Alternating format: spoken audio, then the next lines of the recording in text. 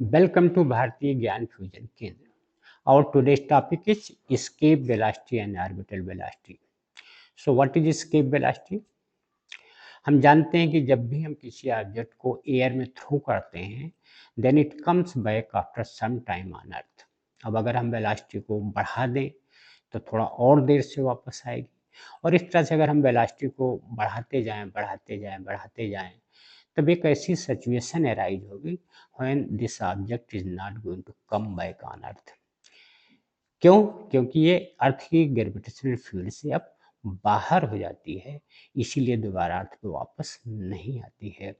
तो this minimum velocity is called escape velocity.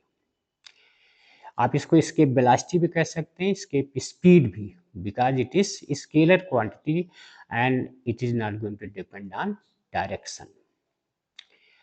तो this is the escape velocity, means एक ऐसी minimum velocity जिस वेलोसिटी से अगर हम किसी ऑब्जेक्ट को थ्रो करें then it will not come back on the earth. So it is the minimum velocity, this is the minimum velocity with which a body must be projected vertically upwards. वैसे direction पे depend नहीं करती है, over that it में just escape the gravitational field of earth, क्योंकि ये gravitational field से बाहर चली जाती है।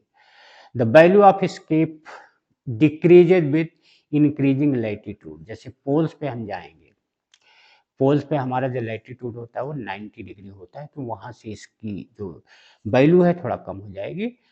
क्लियर? और ये डायरेक्शन पे डिपेंड नहीं करती है। क्लियर? तो this is escape velocity. Now how we can find out the expression for this escape velocity? पहले हम एक्सप्रेशन निकाल लेते हैं एक्सप्रेशन वेलोसिटी का, एस्केप वेलोसिटी का। तो एक्सप्रेशन फॉर एस्केप वेलोसिटी, इसका फार्मूला निकाल लेते हैं। कैसे निकालेंगे expression for escape velocity?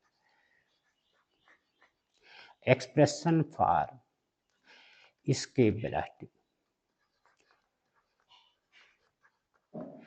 Velocity हम इसको स्पीड भी कह सकते हैं, सो डोंट गेट कंफ्यूज कि वेदर इट इज वेलोसिटी और speed, but is scalar quantity and doesn't depends on direction. अब इसको डेरिवेशन हम कुछ इस तरह से करते हैं। लेटेस्ट की ये एक अर्थ है, ये अर्थ है हमारा।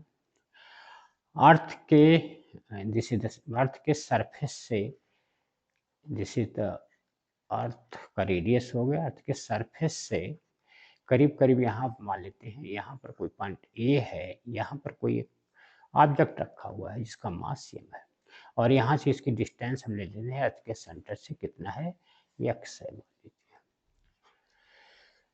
Clear?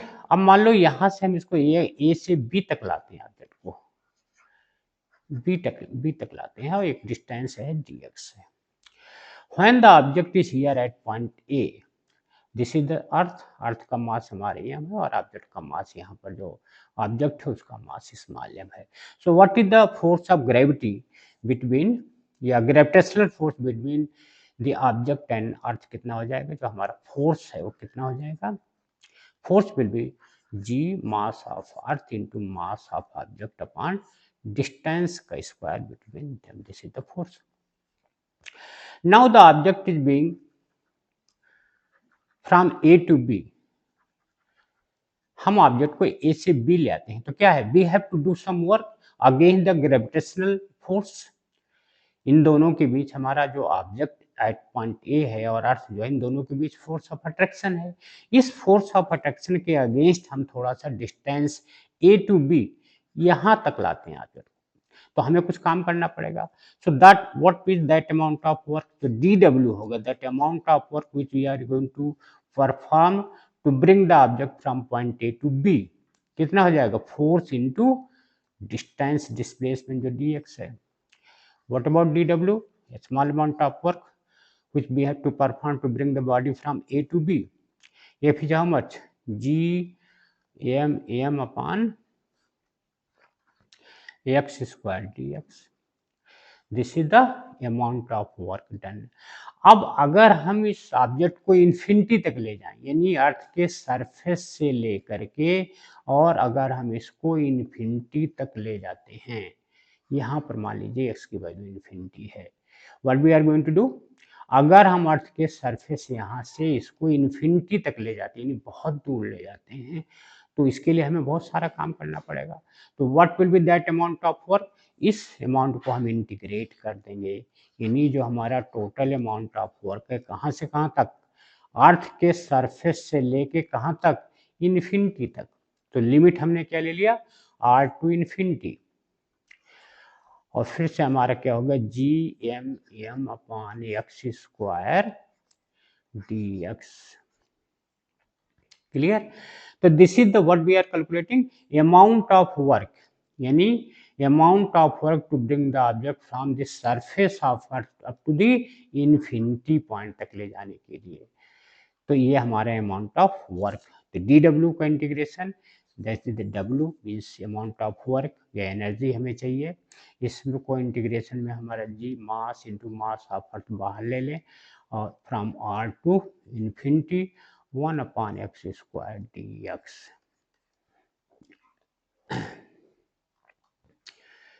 So what will be here, gm integration आप इसका कर दीजिए, कितना हो जाएगा, इसको हम ऐसे भी लिख सकते हैं, r to infinity 1 upon x square को हम x की पावर -2 dx लिख सकते हैं। So what will be here, it will B gm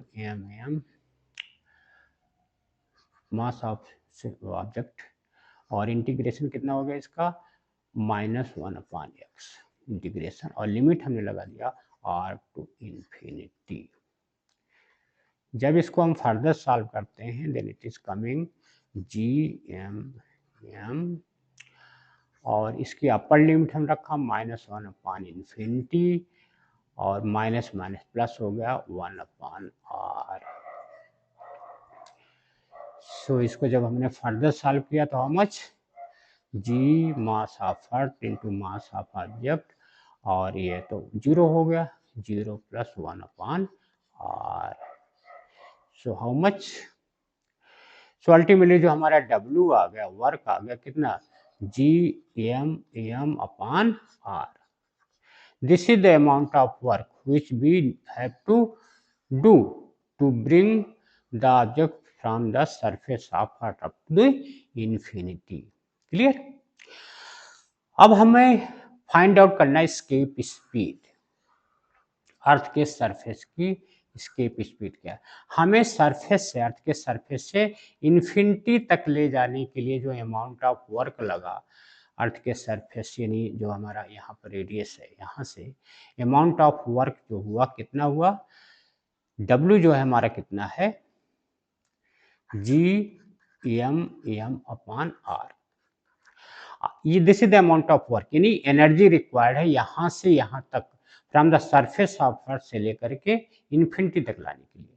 तो अगर हम अर्थ के सरफेस से किसी ऑब्जेक्ट को इतनी एनर्जी से थ्रो करें कि वो इन्फिनिटी तक पहुंच जाए, ठीक है, वो इन्फिनिटी तक पहुंच जाए, तो अगर हम कर लेते हैं let the velocity of the object, जिस भी वेलोसिटी को हम थ्रो करें उसकी वेलोसिटी अर्थ के सरफेस पे b है एस्केप स्पीड से, तो काइनेटिक एनर्जी कितना हो जाएगी, इतनी काइनेटिक एनर्जी हमें देना है कि वो कोई इन्फिनिटी तक पहुंच जाए सरफेस से।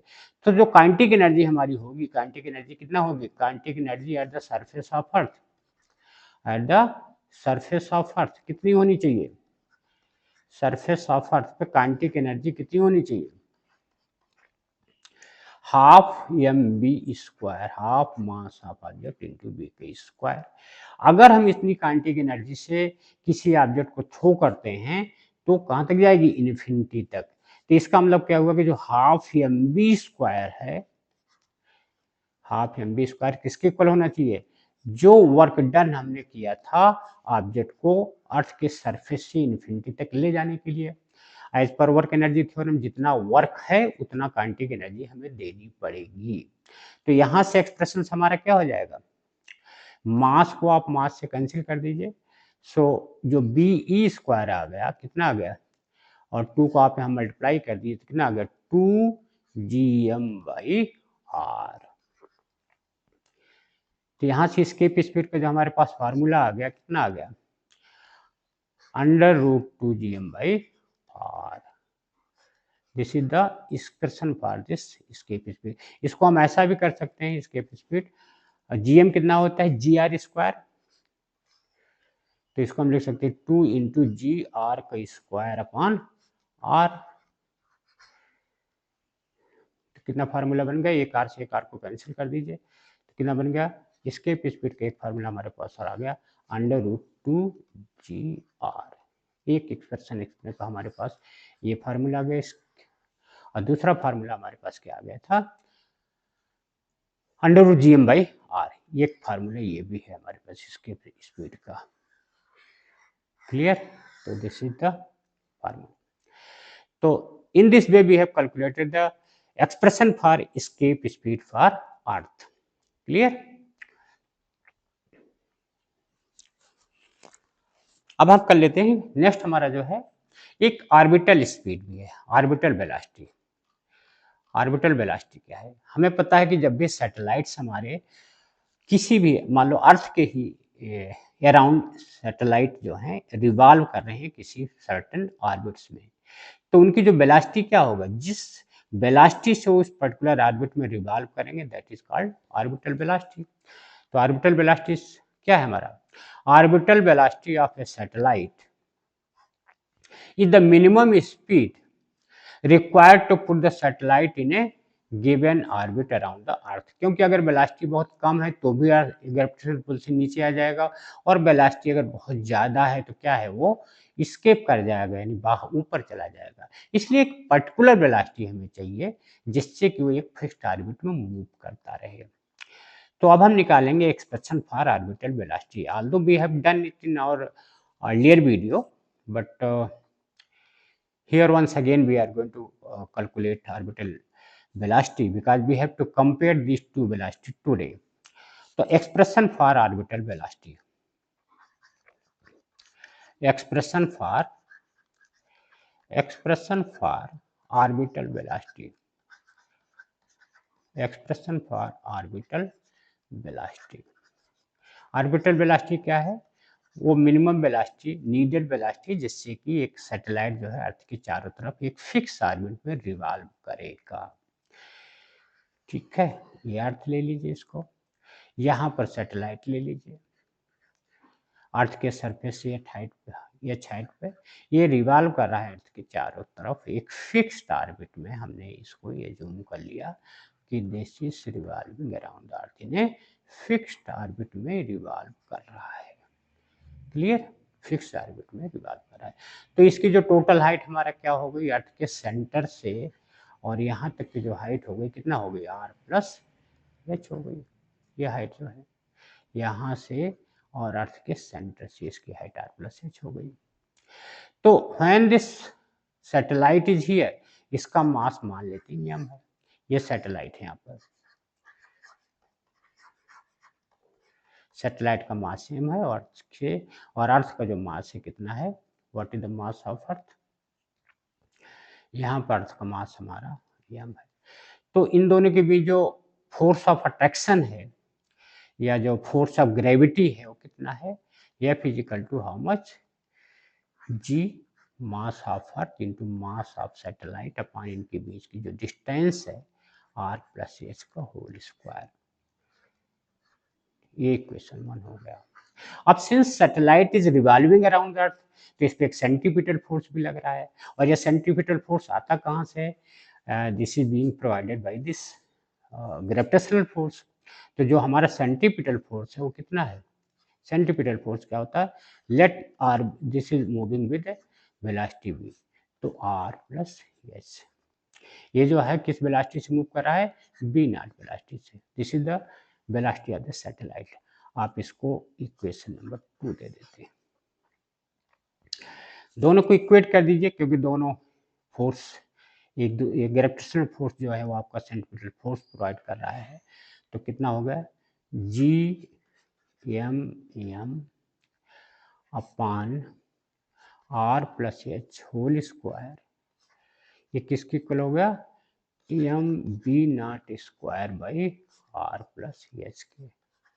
आप कैंसिल कर दिए, मास को मास से कैंसिल कर दिए और एक आर एच को इससे कैंसिल कर दिए, तो अल्टीमेटली हमारे पास जो ऑर्बिटल वेलोसिटी का फार्मूला आ गया बी नॉट का square is equal to how much, gm upon r plus h आ गया। और यहाँ से जब बी नॉट आ गए यानी ऑर्बिटल स्पीड आ गई, कितना आ गई, gm upon r plus h। This is the expression for orbital velocity. Clear. और हमें पता है कि जो gm होता है, gm is equal to gr square, हम कई बार इसको पढ़ चुके हैं। तो यहाँ पर अगर हमने इसको रख दिया तो कितना आ गया, gr square upon r plus h। Clear. जी ये पूरा है। तो आप इस ऑर्बिटल वेलोसिटी का एक फार्मूला भी कर सकते हैं, अगर आपने r बाहर ले लिया इसमें तो under root g upon r plus h। Clear, under root g upon r plus h।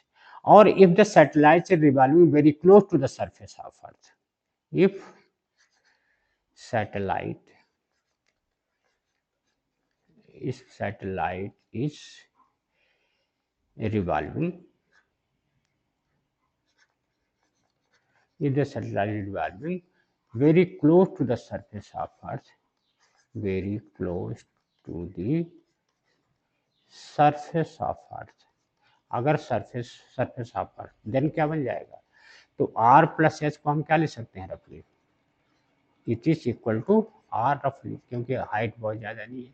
तो उस केस में हमारा यहाँ जी आर स्क्वायर कितना हो जाएगा, जो हमारा ऑर्बिटल स्पीड है, जो ऑर्बिटल वेलोसिटी हमने लिया था कि under root G R square upon R plus H. तो इस केस में आर प्लस एच को हम आर क्या को ले लेंगे, तो ऑर्बिटल स्पीड कितना हो जाएगी,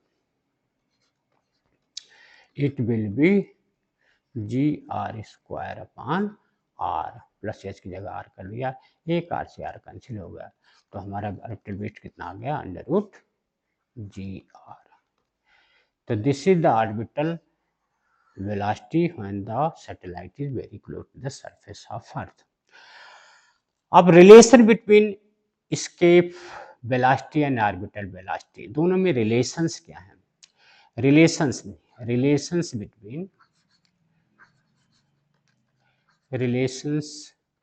between BO and BE, B means escape velocity and BO means orbital velocity। हमने पढ़ा एक प्रश्न से BE क्या है, अभी हमने जो escape velocity निकाला था, कितना निकाला था, अंडर रूट 2GR, और ऑर्बिटल स्पीड अभी हमने क्या निकाला, close to the surface of के लिए अंडर रूट GR। ठीक है, तो BE upon BO, BE upon BO कितना आ गया, BE अपॉन BO कितना हो गया, under root 2GR upon under root GR। इसको हम ऐसे भी ले सकते हैं, under root 2GR upon GR। अब ये GR से GR कैंसिल हो गया, तो BE अपॉन BO कितना आ गया, BE अपॉन BO कितना आ गया, अंडर रूट 2। सो एक रिलेशन एक्सप्रेशन आ गया हमारे पास, एस्केप स्पीड है that is root 2 times into BO। This is the relations between escape velocity and orbital velocity. So in this way we have calculated what is the expression for escape velocity, expression for orbital velocity, and now we have derived what is the relations between escape velocity and orbital velocity. Clear? So let us do one few numericals on this topic.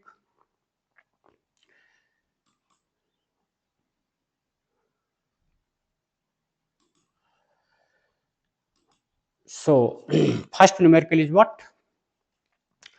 Find the velocity of escape at Earth given that its radius is इतना and value of g is इतना। हमें अर्थ के लिए escape velocity find out करना है कि जो हमारी अर्थ है इसके लिए escape velocity क्या है, यानी अर्थ के सरफेस से किस वेलोसिटी को हम किसी ऑब्जेक्ट को थ्रो करें मिनिमम वेलोसिटी क्या होनी चाहिए जिससे कि कोई भी ऑब्जेक्ट है दोबारा अर्थ पे वापस ना आए। It is going to cross the gravitational field of the earth. तो हमारे पास स्केप वेलोसिटी के लिए क्या फार्मूला अर्थ के लिए हमने निकाला हुआ है, बीई कितना है इस क्वेश्चन से, फाइंड द स्केप वेलोसिटी, हमें find the velocity of escape निकालना है और इसकी हमें रेडियस दिया हुआ है, हमें पता होता है इतना होती है और जी की वैल्यू कितना कंसीडर करना है। सो हमारे पास फार्मूला बी का कितना होता है, बी का फार्मूला हमारे पास स्केप स्पीड का बी का फार्मूला हमारे पास क्या है, √2 GR हमारे पास फार्मूला होता है √2 GR, इसके वेलोसिटी निकालना है। तो बी कितना हो जाएगा हमारे पास, √2 इंटू जी की वैल्यू आप रख दो 9.8 और अर्थ की जो रेडियस है हमारे पास दिया हुआ है how much 6.4 into 10⁻⁶ metre it is given और हमें पता भी है। तो इसको हम सॉल्व करेंगे तो कितना आ जाएगा, इसमें हम 10⁻⁶ का अंडर रूट ले लेते हैं तो बीई जो हमारे पास आ गया 10⁻³ तो बाहर ले लीजिए अंडर रूट, अब क्या बचा हमारा 2 इंटू 9.8 इंटू 6.4, सो कितना आ गया। इसको हम फर्दर सॉल्व करेंगे तो इसकी वैल्यू हमारे पास कितना आ जाएगी, इसको सॉल्व करेंगे तो आ जाएगी 125.44, इसको सॉल्व करेंगे तो, और इसकी वैल्यू हमारे पास पे फर्दर आ जाएगी 10⁻³ और इसका अंडर रूट जो आ जाएगा हमारा 125.44 का 11.2, तो हमारा इसके वेलोसिटी कितना आ गई 11.2 इंटू 10⁻³ मीटर पर सेकंड, और इसी को हम क्या लिख सकते हैं, जो इसके वेलोसिटी आ गई कितना, इसके वेलोसिटी हमारे अभी 11.2 किलोमीटर पर सेकंड, कुछ भी लिख सकते हैं। तो this is the escape velocity for earth, ठीक है। यानी अर्थ के सरफेस से जब हम किसी ऑब्जेक्ट को 11.2 किलोमीटर पर सेकंड की स्पीड से थ्रो करेंगे then the object will not come back on the earth. Clear. Next question हम कर लेते हैं। नेक्स्ट क्वेश्चन हमारा है नेक्स्ट क्वेश्चन हमारा क्या है, find the escape velocity of body from the moon. अब मून का जो रेडियस दिया है it is given 1.76 into 10⁻⁶ metre and mass दिया है। वैसे हमारे पास स्केप वेलोसिटी के फार्मूले क्या क्या होते हैं, स्केप वेलोसिटी का हमारे पास फार्मूला जो होता है बी स्केप √2 GR भी होता है, और दूसरा फार्मूला हमारे पास क्या होता है स्केप वेलोसिटी का √2GM/r भी होता है, √2GM/r भी होता है। दोनों एक ही चीजें हैं क्योंकि GM की जगह हम GR रख देते हैं तो वो फार्मूला हमारे पास आ जाता है। यहाँ पर हम कौन सा फार्मूला यूज करेंगे जिससे रिलेटेड हमें डाटा दिया हुआ है। So we will use the second formula, both are same but we are going to use this.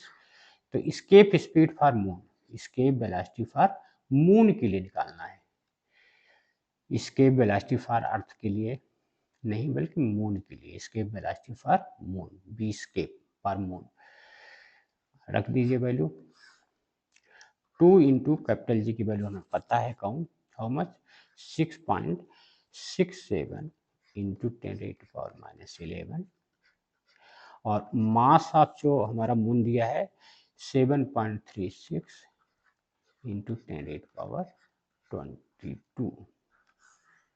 मास को चेक कर लो एक बार, 7.36 इंटू 10⁻22 और रेडियस कितना दिया हमारा 1.76 इंटू 10⁻6, रेडियस हमारा है 1.76,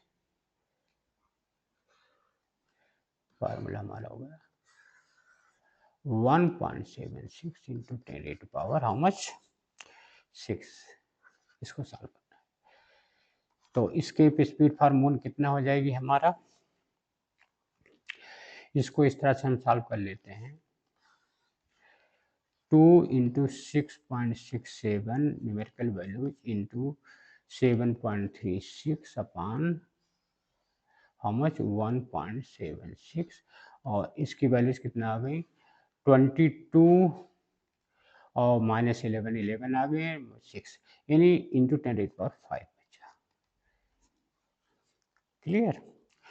अब इसको हम जब मल्टीप्लाई करेंगे न्यूमरेटली तो how much it is coming, इसके will be how much, numerator value आ जाती है हमारी 98.18 अपॉन 1.76 इंटू 10⁵ अब इसको हम फर्दर सॉल्व करेंगे तो इसकी वैल्यू हमारी आ जाती है बी, जो इसकी वेलोसिटी फॉर मून है, दैट इज कमिंग 55.78 इंटू 10⁵ और हम इसको इस तरह से भी लिख सकते हैं जिससे कि ये 5.578 इंटू 10⁵ आ गई।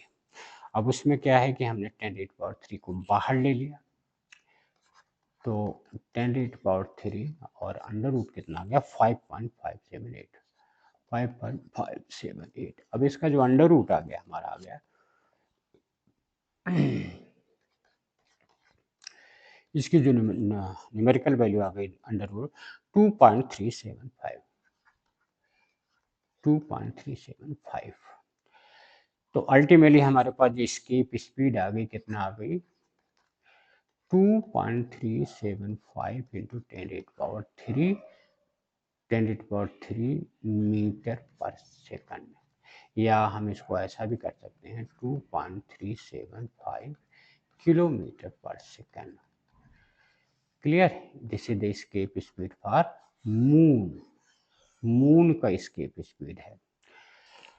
क्लियर। तो हमने देखा कि जो मून का एस्केप स्पीड है काफी कम है अर्थ के कंपैरिजन में। अर्थ का हमारा एस्केप स्पीड क्या है अर्थ के